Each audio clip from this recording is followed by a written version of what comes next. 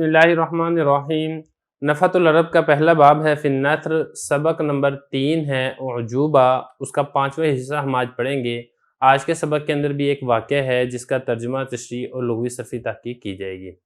عبارت دیکھ لیں۔ وقال المامون لأبی علی المعروف بأبی یعلی المنکری بلغنی انک امیج وانک لا تقیم الشعر وانک تلحن فی کلامک فقال یا امیر المؤمنین اما اللحن فربما سبقنی لسانی بالشیء منہ واما الامیجۃ وکسر الشعر فقد کان النبی صلی اللہ علیہ وسلم امیجا وکان لا ینشد الشعر فقال المامون سألتک عن 3 عیوب فیک فزدتنی عیبا رابعا وهو الجہل۔ عبارت میں نے آپ کے سامنے پڑھ دی ہے، اب چلتے ہیں اس کی ترجمے کی طرف، بعد میں اس کی لغوی صرفی تحقیق اور تشریح کریں گے۔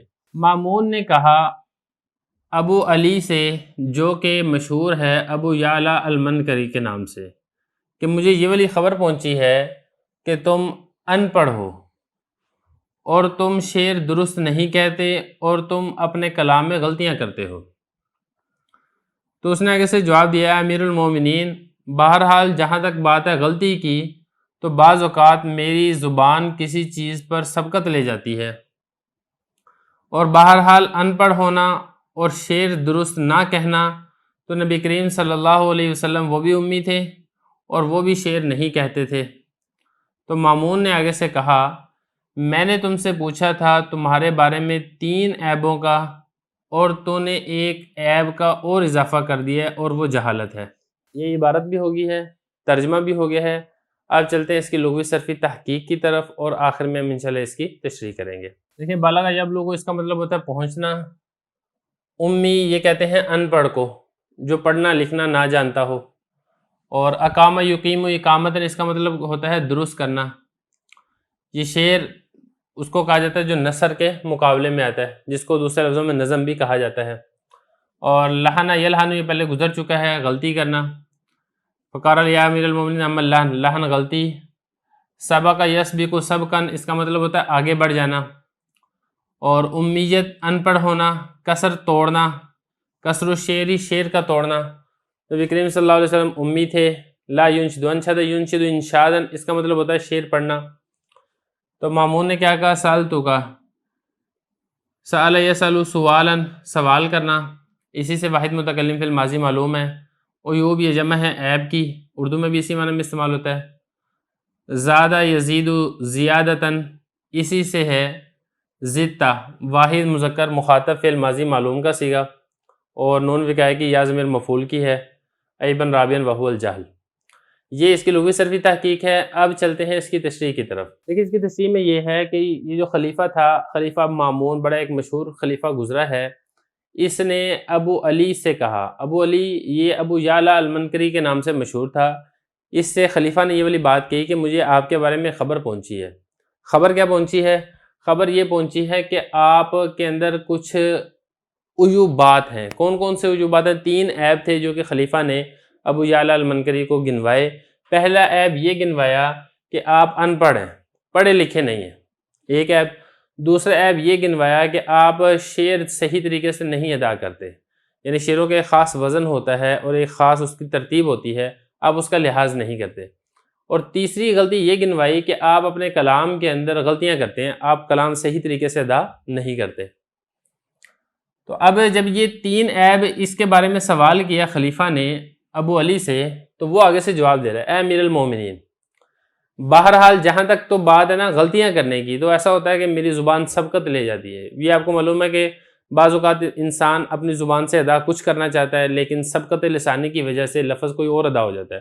تو اس نے یہی کہا کہ جو میں غلطیاں کرتا ہوں نا، تو بعض اوقات ایسا ہوتا ہے میری زبان سبقت لے جاتی ہے، کہنا کچھ چاہتا ہوں، زبان سے نکل کچھ اور جاتا ہے۔ یہ عیب تو میرے اندر موجود ہے، میں مانتا ہوں اس بات کو۔ لیکن جو آپ نے کہا نا کہ عیب ان پڑھ ہونا، یہ بھی عیب ہے میرے اندر، اور شعر میں صحیح طریقے سے نہیں کہہ سکتا، یہ بھی میرے اندر عیب ہے، تو یہ والی بات آپ کی درست نہیں ہے۔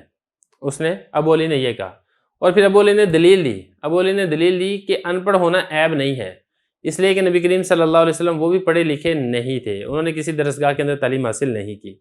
اگر یہ عیب ہوتا تو آپ صلی اللہ علیہ وسلم کے اندر بھی نہ پایا جاتا۔ اگلی بات اس نے یہ کہی کہ شعر کا نہ کہنا یہ بھی کوئی عیب نہیں ہے کہ انسان شاعر ہو، یہ کوئی ضروری نہیں ہے۔ نبی کریم صلی اللہ علیہ وسلم باوجود اس کے کہ کمال مرتبہ اور فضیلت رکھتے تھے، لیکن اس کے باوجود وہ شاعر نہیں تھے، اشعار نہیں کہا کرتے تھے۔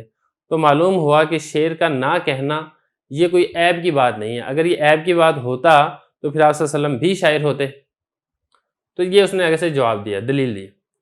تو پھر مامون نے یہ دلیل سن کے نہ کہا کہ بھئی میں نے تم سے تو 3 عیبوں کے بارے میں سوال کیا تھا، لیکن تو نے تو ابھی ایک اور عیب کا بھی اضافہ کر دیا، وہ یہ ہے کہ تو جاہل بھی یعنی بے وقوف آدمی بھی ہے۔ 3 عیب تو تیرے اندر پہلے سے موجود تھے کہ تو ان پڑھ بھی تھا، تو شعر بھی صحیح نہیں کہتا تھا، اپنے کلام میں غلطیاں بھی کرتا تھا۔ اب چوتھے عیب بھی مجھے پتہ چل گیا کہ تو جاہل یعنی بے وقوف آدمی بھی ہے۔ اب یہ چوتھا عیب کون سا تھا، اس کے اندر جہالت کیسے پتہ چلی؟ وہ اس لیے کہ اس نے جو دلیل دی تھی نبی کریم صلی اللہ علیہ وسلم سے، وہ دلیل اس کی درست نہیں تھی۔ وہ دلیل کیسے درست نہیں تھی وہ ہم انشاءاللہ اگلے سبق کے اندر پڑھیں گے۔ ابھی آپ یہاں پہ جو عبارت میں جو ضمیریں ہیں اب وہ دیکھ لیں، پھر اس کے ساتھ ہی ہمارا یہ والا پارٹ مکمل ہو جائے گا۔ اب یہ دیکھیں، بالغنی انک امیون، یہ جو بالغہ ہے انک امیون، یہ بالغہ کا فاعل ہے، اور یہ یا ضمیر ہے، یہ بالغہ کی مفعول ہے۔ اور اسی طرح وانک لا تقیم الشعر وانک تلحن فی کلامک، یہ سارا جملہ معطوف معطوف سے مل کر بالغہ کا فاعل بن رہا ہے۔ اور تقیم اس میں فاعل ہے انت ضمیر، اور یہ لوٹ رہی ہے اس کی طرف، ابو علی کی طرف۔ اور اسی طرح انکا، یہ جو کاف ہے یہ بھی ابو علی کی طرف لوٹ رہا ہے۔ تلحنو، اس کے اندر بھی انت ضمیر ہے، یہ بھی ابو علی کی طرف لوٹ رہی ہے۔ فقال، تو ابو علی نے کہا امیر المومنین اما اللحن فربما سبقنی لسانی بشیء، یہ جو لسان ہے یہ سبقہ کا فاعل ہے۔ اور اس کے بعد آگے دیکھیں، امیت فقد کان نبی صلی اللہ علیہ وسلم امیًا وکان لا ینشد الشعر، اس کے بعد آگے کوئی ضمیر نہیں ہے اس کے اندر۔ تو بہرحال یہ کچھ ضمیریں تھیں جس کا سمجھنا ضروری تھا۔ اس کے ساتھ ہمارا یہ سبق مکمل ہو چکا ہے۔ ابو علی نے جو دلیل دی ہے وہ دلیل آپ کو میں اچھے طریقے سے سمجھا چکا ہوں۔ البتہ ایک چیز رہ گئی ہے، وہ یہ ہے کہ خلیفہ مامون نے اس دلیل کا رد کیسے کیا، وہ ہم انشاءاللہ اگلے پارٹ کے اندر پڑھیں گے۔